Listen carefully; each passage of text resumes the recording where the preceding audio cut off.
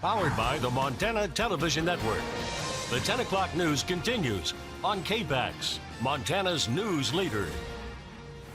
Search and rescue missions are underway in Southern California following a powerful winter storm that triggered deadly mudslides and flooding. At least 13 people have been killed and more than 30,000 homes and businesses remain without power. Danielle Nottingham has the latest from Santa Barbara County.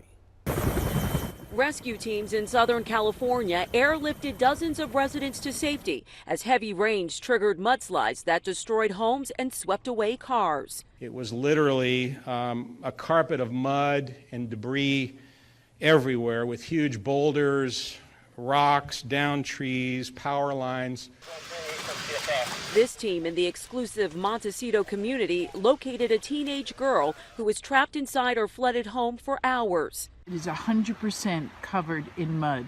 Other survivors were driven to higher ground. Pretty crazy stuff. I mean, wasn't really expecting anything of this nature. Officials here in Santa Barbara County plan to conduct search and rescue missions throughout the night. They're urging people not needed here to stay away. If they enter a rescue zone and are unauthorized, if they willfully and knowingly enter, they're guilty of a misdemeanor, and the law will be enforced accordingly. Mudslides also wreaked havoc in the Los Angeles area and shut down portions of the 101 freeway. The big question that we keep getting is, when will the 101 be open? We're hoping for 48 hours, but it could be longer. The natural disaster in Southern California comes just a month after devastating wildfires destroyed trees and shrubs that form a natural barrier against mudslides. I didn't think it could be this bad, and it was. Cleanup in the region is likely to take weeks. Danielle Nottingham, CBS News, Santa Barbara County, California.